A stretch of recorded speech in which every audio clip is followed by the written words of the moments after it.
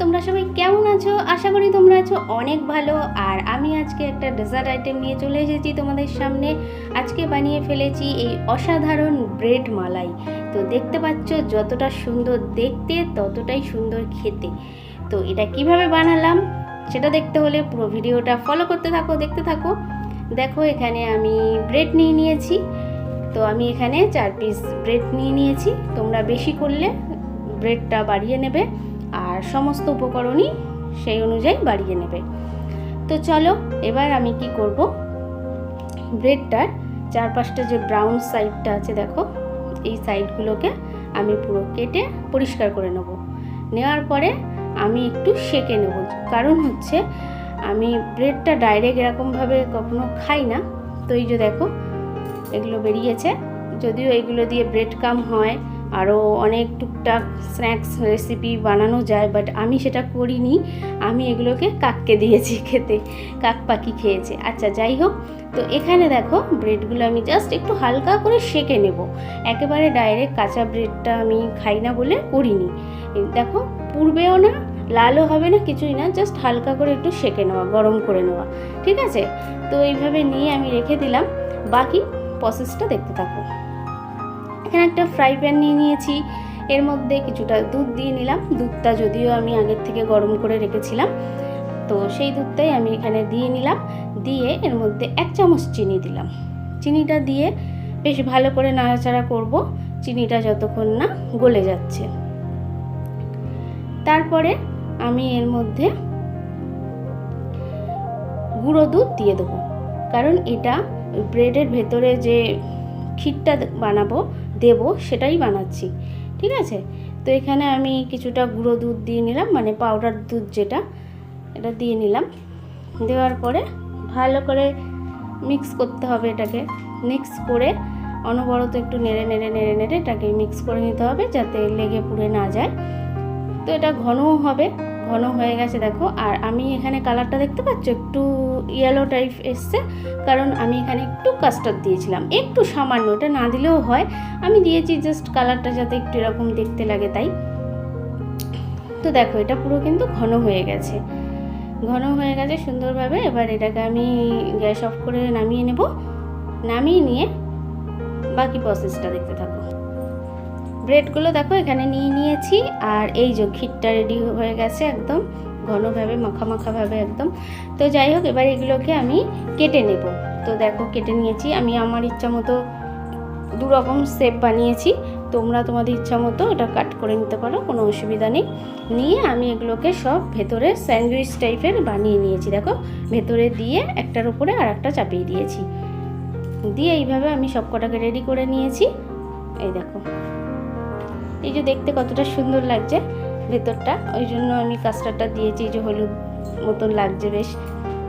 তো এটা আমার খুব ভালো লাগছে, সেই কারণে আমি এটা দিয়েছিলাম। তোমরা দিলে দিতে পারো, না দিলে না দিতে পারো, কোনো ব্যাপার না।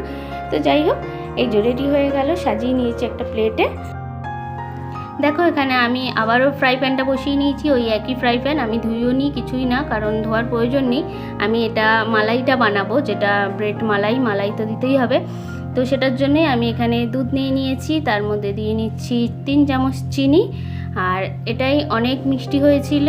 তোমরা যদি আরও বেশি করতে চাও বা বেশি মিষ্টি খেতে চাও তো অবশ্যই বাড়িয়ে দিতে পারো, তবে এটাতে অসাধারণ মিষ্টিটা হয়েছিল, একদম পারফেক্ট ঠিকঠাক। তো যাই হোক, এবার আমি এটাকে ভালো করে মিক্স করে পুরো একদম দুধের সঙ্গে মিশিয়ে নেব, যাতে কোনো রকম চিনির দানা না থাকে। তারপরে এটা এরম নাড়াতেই একটু জাস্ট ঘন হয়ে আসবে, আর তার মধ্যেই দিয়ে দেবো আমি কাস্টার্ড। তো দেখো এই যে কাস্টার্ড নিয়ে নিয়েছি, এটার মধ্যে একটু দুধ দিয়ে আমি গুলে নিয়ে তারপরে কাস্টার্ডটা দিয়ে নেব। এই যে এটা জাস্ট তোমাদেরকে দেখাচ্ছি এরমভাবে মিশিয়ে, কারণ আমি এটা পরে আবার চামচে ভালো করে মিশিয়ে নিয়েছি, নাহলে দানা দানা থেকে যায়। তো ভালো করে মিশিয়ে নিয়ে এবার আমি এর মধ্যে দেখো চিনিটা গলে গেছে পুরো। এবার আমি কাস্টার্ডটা দিয়ে নেব। কাস্টার্ডটা দিয়ে আর একটু নাড়াচাড়া করেই, এটা খুব বেশি ঘন করার ব্যাপার নেই। তো দেখো তোমরা দেখলেই বুঝতে পারবে, নাড়াচাড়া করতে করতে হালকা একটু, এই যে দেখো হয়েই গেছে প্রায় বলা যায়। বেশি ঘন করলে তো আবার ব্রেডে সোপ করতে পারবে না, পুরো ঘন হয়ে গেলে। তাই জন্য এই যে একটু বুঝে শুনে এটা করতে হবে। করে এই গরম গরমটাই কিন্তু আমি একদম ব্রেডের মধ্যে ঢেলে দেব, যাতে সঙ্গে সঙ্গে এটা সোপ করে একটু নরম হয়ে যায়। এটা ঠান্ডা করে ফেললে কিন্তু তখন ব্রেডটা সোপ করতে পারবে না, তো ওটা টেস্টও হবে না, ভালোও লাগবে না। তো সেই জন্য এই দেখো একদম নামিয়েই আমি একদম এর মধ্যে ডাইরেক্ট ঢেলে দিলাম, ভালো করে ঢেলে দিলাম। আর এই অবধি যে প্রসেসটা তোমরা দেখলে, যে উপকরণ দিয়ে আমি করলাম, যেভাবে করলাম ঠিক সেভাবেই তোমরা করো, তাহলেই হবে একদম পারফেক্ট। এরপরে আমি যেটা করব সেটা হচ্ছে একটু ডেকোরেশন করব। সে ডেকোরেশনটা করলেও হয়, না করলেও হয়, আমার হাতের কাছে জিনিসগুলো ছিল বলে আমি করে ফেলেছি। আর দেখো ভালো করে এগুলো মিশিয়ে নিলাম। এখানে এই যে ড্রাই ফ্রুট নিয়ে নিয়েছি, কাজু, আমন্ড আর হচ্ছে তোমার পেস্তা নিয়ে ওটাকে ভালো করে একটু ছোটো ছোটো করে কুচি করে নিয়ে এই যে ছড়িয়ে দিলাম। আর দিয়েছিলাম একটু জাফরান, যেটা ছিল তাই দিয়ে নিয়েছি। আর এগুলো সাজানোটা, ডেকোরেশনটা এটা চোখের দেখা, ভালো লাগা, তো সেই কারণেই এই যে। এবার দেখো ফাইনাল লুকটা কত সুন্দর হয়েছে, সত্যি এটা অসাধারণ সুন্দর হয়েছিল। এই যে যেমন দেখছো একদম খেতেও ততটাই সুন্দর। এত কম উপকরণে এত মানে সুন্দর একটা যে রেসিপি, এটা মিষ্টি আইটেম যে তৈরি হয়ে যেতে পারে, এটা তোমরা না করলে বুঝতেও পারবে না। খুবই সুন্দর।